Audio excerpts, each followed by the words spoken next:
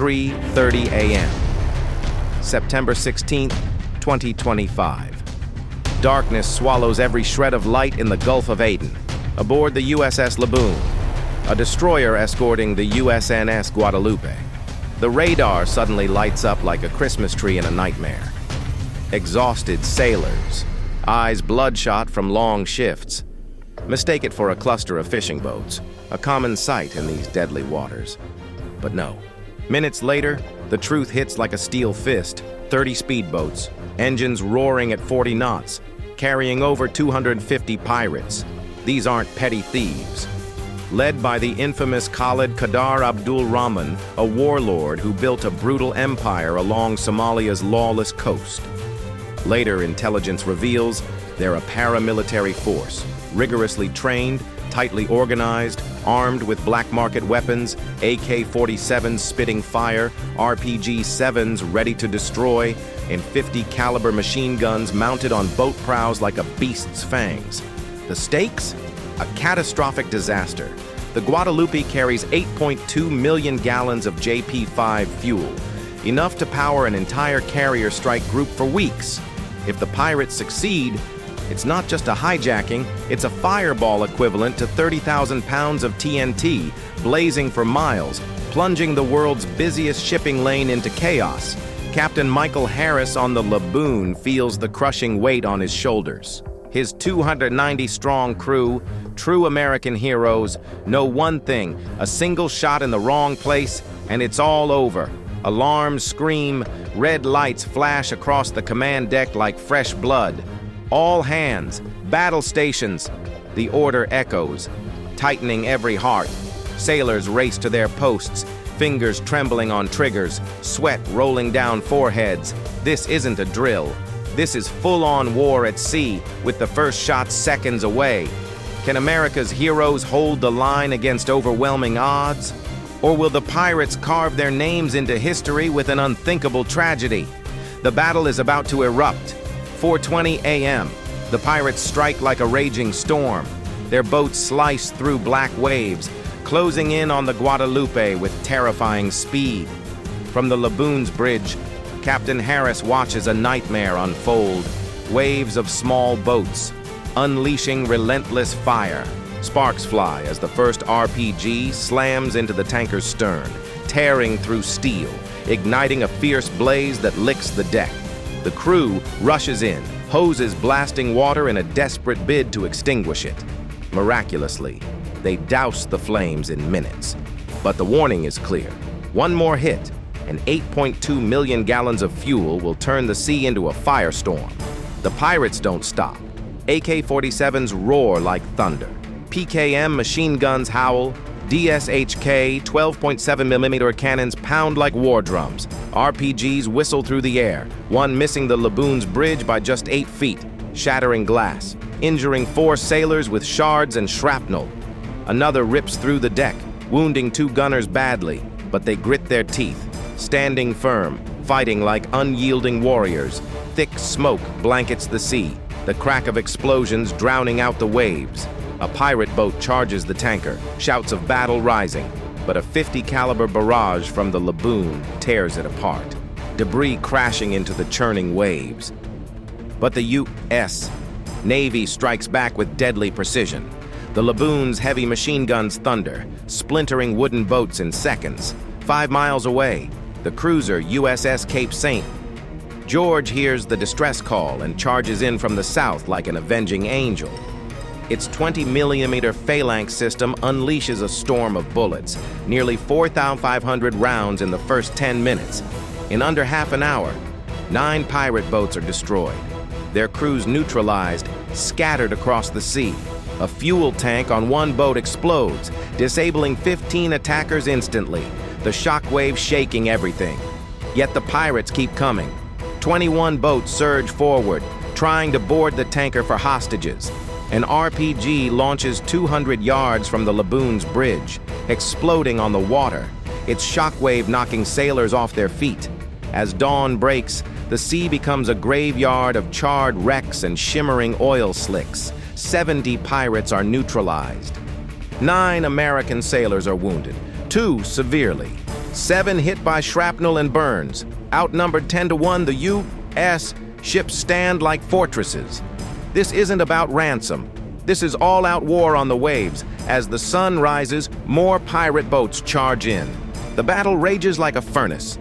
Harris wipes sweat from his brow, knowing brute force won't end this.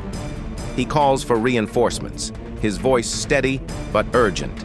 At Camp Lemonnier in Djibouti, America's only permanent base in Africa, 800 miles away, alarms blare. Orders are issued.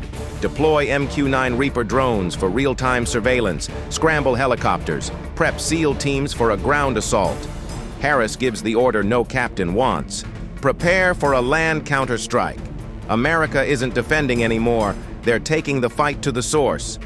5:10 a.m., thick smoke chokes the Gulf of Aden, but over 180 pirates still charge, regrouping for another assault. They've fired over 70,000 rounds in less than an hour, a dizzying hail of bullets. American sailors, battered but unyielding, stand firm, pouring fire into the enemy. Harris knows they must strike the beast's heart. Reaper drones beam back chilling intel. Near Barawe, Somalia's coast, a fortified pirate complex, warehouses stuffed with loot, dozens of boats, and a stockpile of over 15 tons of weapons and fuel. The mastermind, Khalid Qadar Abdul Rahman, who turned $40 million in ransom into a black market arsenal, Russian RPGs, Chinese machine guns.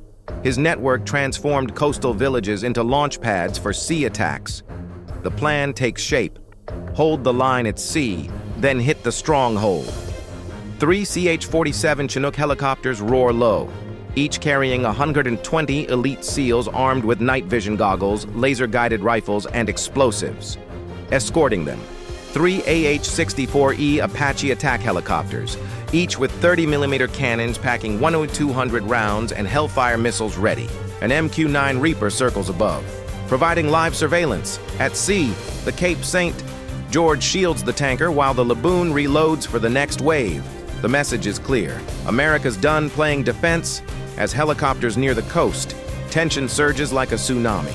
Will this raid crush the pirate fortress or fall into a deadly trap hidden in the shadows? 8 a.m., dawn breaks over Barawe's sandy shore, jungles and dunes hiding Qadar's empire. Intel reports. Over 150 fighters guard the complex with 15 tons of weapons, 200 RPGs, and thousands of rounds. Dozens of boats line the beach, fueled and armed for the next attack. The order is given. Execute. Chinooks swoop in, dropping SEALs into ambush positions. Apaches circle like predators. From the sea, the Laboon fires precise 5-inch shells into a fuel depot, guided by drone intel. Boom. 40,000 gallons of diesel erupt into a massive fireball, shaking the coast like an earthquake. Heat scorches the air. Debris rains down. SEALs breach the first warehouse, finding crates of Chinese assault rifles and Iranian mortars, proof of a hidden arms network. A team storms a back room, rescuing 6 hostages, including 2 American merchant sailors chained in darkness. The pirates fight back fiercely. RPGs streak through the air, one exploding 20 meters from the lead SEAL team, shrapnel whipping the sand into a storm. A truck-mounted DSHK fires 600 rounds a minute, pinning the team until an Apache's Hellfire missile vaporizes it in a thunderous strike. Trucks and boats burst into flames.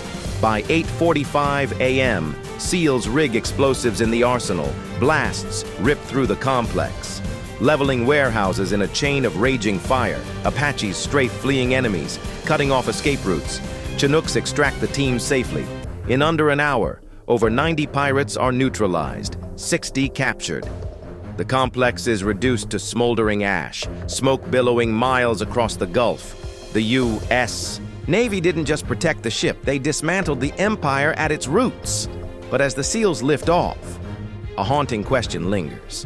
With firepower like that, who's really pulling Qadar's strings? Intel from the rubble uncovers bank transactions worth $50 million, tied to shadowy regional networks. These pirates aren't lone wolves. They're pawns in a covert war targeting global trade. 4:30 p.m. The Gulf of Aden falls silent. Battle smoke lingers on the waves. But victory is undeniable. The largest pirate attack in modern memory, 250 men on 30 boats, crumbles. Over 180 pirates neutralized, 70 wounded or captured. Nearly 80 more are shackled, sent to U.S. and Allied detention. 12 warehouses destroyed, 15 tons of weapons, 200 RPG launchers, 2 million rounds, 40,000 gallons of fuel, all gone in controlled blasts. Only about 30 fighters escape, scattered and leaderless. The U.S. Navy loses no lives. The Guadalupe takes moderate damage. Patched at sea, it's 8. 2 million gallons of fuel intact, averting a catastrophe rivaling Beirut 2020. American sailors are wounded, but their iron discipline saves the day. The Barawe raid reveals more, $50 million tied to hidden networks. Somali pirates aren't lone wolves, they're tools in a larger war. Footage tells the story: burning boats, captives on the sand, warehouses in ruins, attack an American ship, and retribution will hunt you to your doorstep. As the sun sets over the Indian Ocean, a question hangs heavy. If 250 men with boats and weapons nearly destroyed a tanker, what happens if a bigger force with 10 times the firepower strikes? The oceans are watching. America must stay vigilant. Stay vigilant.